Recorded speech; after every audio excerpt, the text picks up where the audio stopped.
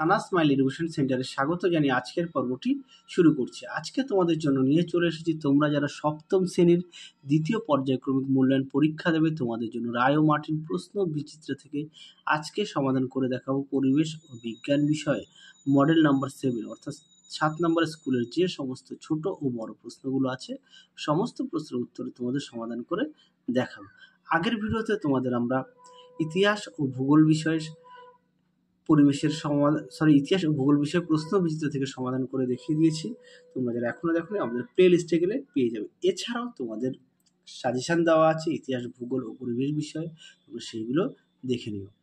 চলো প্রথম ফিজিক্যাল সায়েন্সে আমরা সমাধান করব। এর কি আছে, নিচের প্রশ্নগুলির সঠিক উত্তরটি নির্বাচন করে পূর্ণবাক্যে লেখো। প্রথমে কি আছে, একের চৌম্বক দৈর্ঘ্য, চুম্বকটির জ্যামিতিক দৈর্ঘ্য। আচ্ছা, এই প্রশ্নের উত্তরটা দেখো, উত্তরটা হবে অপশান বি। পরবর্তী প্রশ্ন দেখো কি আছে, তারের পাক সংখ্যা বাড়ালে তড়িৎচুম্বকের শক্তি বাড়ে, অপশান বি। পরবর্তী প্রশ্ন দেখো, আকাশের রংধনু আসলে সূর্যের সাদা আলোর, এই প্রশ্নের সঠিক উত্তরটা হবে অপশান বি, বিচ্ছুরণের। পরবর্তী দেখো 4 দাগের প্রশ্নের উত্তরটা হবে অপশান বি, 60 ডিগ্রি। পরবর্তী প্রশ্ন দেখো কি আছে, তড়িৎ বর্তনী গঠনের জন্য কোনটি প্রয়োজনীয় নয়, এটা উত্তর হবে অপশান সি, তড়িৎ শক্তি ব্যবহারকারী যন্ত্র। তারপরে দেখো 2 দাগের প্রশ্ন কি আছে, শূন্যস্থান পূরণ করো। দণ্ডচুম্বকের ঠিক মাঝখানের অঞ্চলকে ড্যাশ বলা হয়, সঠিক উত্তর হবে উদাসীন অঞ্চল। পরেরটি দেখো, তড়িৎ চুম্বকের দুটি ব্যবহার লেখো। চলো প্রশ্ন উত্তরটা দেখো, দেখে নাও তড়িৎ চুম্বকের ব্যবহার কি আছে।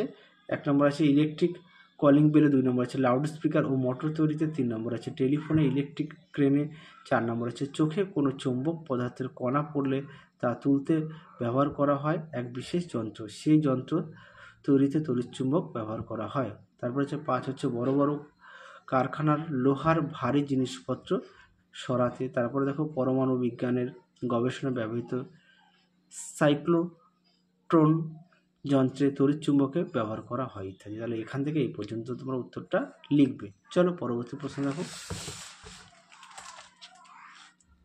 পরবর্তী প্রশ্ন দেখো 3 দাগের কি আছে, তুমি আয়না থেকে 1 মিটার দূরে সরলে প্রতিবিম্ব তোমার কাছ থেকে কতটা দূরে সরবে, উত্তরটা হবে 2 মিটার। পরবর্তী প্রশ্ন দেখো 4 দাগের প্রশ্নের উত্তরটা দেখে নাও, আমি তোমাদের লিখে দিয়েছি। 5 দাগের প্রশ্নটা দেখো, একটা শূন্যস্থানে পূরণ দেওয়া আছে, মাটিতে ড্রিল করে প্রথম পেট্রোলিয়াম উৎপাদন শুরু হয় কোন মহাদেশে, দেখে নাও, উত্তরটা হবে আমেরিকা মহাদেশে। পরবর্তী প্রশ্ন দেখো 3-এর 1 দাগের প্রশ্নটা তোমরা একটু পাঠ্য বইতে দেখে নিও। 2 দাগের প্রশ্ন দেখো, তড়িৎ চুম্বক কাকে বলে, দেখে নাও প্রশ্ন উত্তরটি, দেখে নাও তড়িৎ চুম্বক কাকে বলে, উত্তরটি তোমরা এখান থেকে এই অবধি লিখবে। এখানে সুন্দর করে দেওয়া আছে। তোমাদের আরও একবার বলি গুরুত্বপূর্ণ, সেটা হচ্ছে তোমাদের সপ্তম শ্রেণীর ইতিহাস, ভূগোল ও পরিবেশ বিষয়ে আমরা সাজেশান দেওয়া আছে আগের ভিডিওতে, তোমরা যারা এখনও দেখোনি আমাদের প্লে লিস্টে গেলে পেয়ে যাবে। চলো পরবর্তী প্রশ্ন দেখো কি আছে। আচ্ছা দেখো, এলইডিতে কোন শক্তিতে রূপান্তরিত হয়, উত্তরটা দেখো তড়িৎ শক্তি আলোক শক্তিতে রূপান্তরিত হয়। পরেরটা দেখো কি আছে, 3 দাগের ফিউজ তার কি, এর বৈশিষ্ট্য কি, চলো উত্তরটা দেখো। আচ্ছা দেখে নাও ফিউজ তার কি, উত্তরটা তোমরা এখান থেকে লিখে ফিউজ তার কি আর ফিউজ তারের বৈশিষ্ট্য দেখে নাও, সুন্দর করে দেওয়া আছে ফিউজ তারের বৈশিষ্ট্য দেখে নাও। আমি মুখে বললাম না উত্তরটি, তোমরা একটু দেখে নাও। চলো পরবর্তী প্রশ্ন দেখায়, তার উত্তর দেখাবো। পরবর্তী প্রশ্ন 4 দাগের কি আছে, আলোর প্রতিসরণের ক্ষেত্রে আলোক রশ্মি ঘন মাধ্যম থেকে লঘু মাধ্যমে প্রবেশ করলে প্রতিসৃত রশ্মি কি পরিবর্তন ঘটে, চিত্র সহ লেখো। চলো প্রশ্ন উত্তরটা দেখো, দেখে নাও প্রশ্ন উত্তরটি তোমরা এখান থেকে এই অবধি লিখবে। চিত্রটা একটু দেখে নাও, আমি মুখে বললাম না, একটু দেখে নাও প্রশ্ন উত্তরটি। চলো পরবর্তী প্রশ্ন দেখো। পরবর্তী প্রশ্ন দেখো, বায়ু শক্তি কি, এর একটি সুবিধা লেখো। তোমাদের দেখো পাঠ্য বইতে দেওয়া আছে, একটু দেখে নিও। পরবর্তী দেখো কি আছে, সৌরশক্তি ব্যবহারে একটি সুবিধা ও একটি অসুবিধা লেখো। চলো প্রশ্ন উত্তরটা দেখো, দেখে নাও প্রশ্ন উত্তরটি সুন্দর করে দেওয়া আছে। দেখে নাও সৌরশক্তি ব্যবহারের সুবিধা ও অসুবিধা সুন্দর করে দেওয়া আছে, একটু দেখে নাও প্রশ্ন উত্তরটি, দেখে নাও। চলো পরবর্তী প্রশ্ন দেখব কি আছে।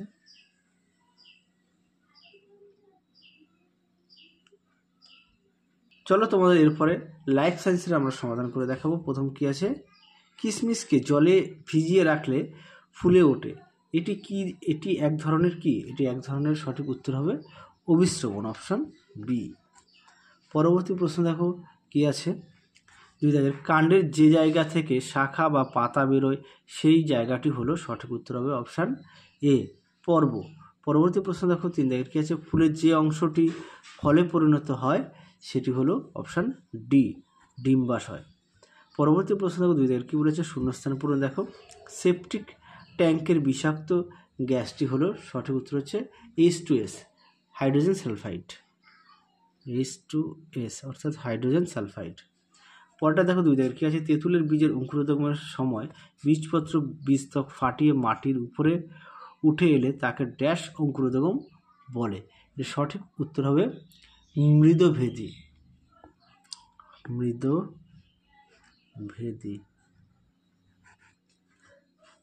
পরবর্তী প্রশ্ন দেখো কি আছে, আতা এক ধরনের ড্যাশ ফল, এটা উত্তর হবে গুচ্ছিত ফল, গুচ্ছিত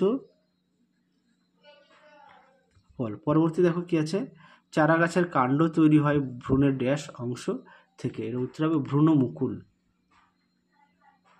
ভ্রূণমুকুল।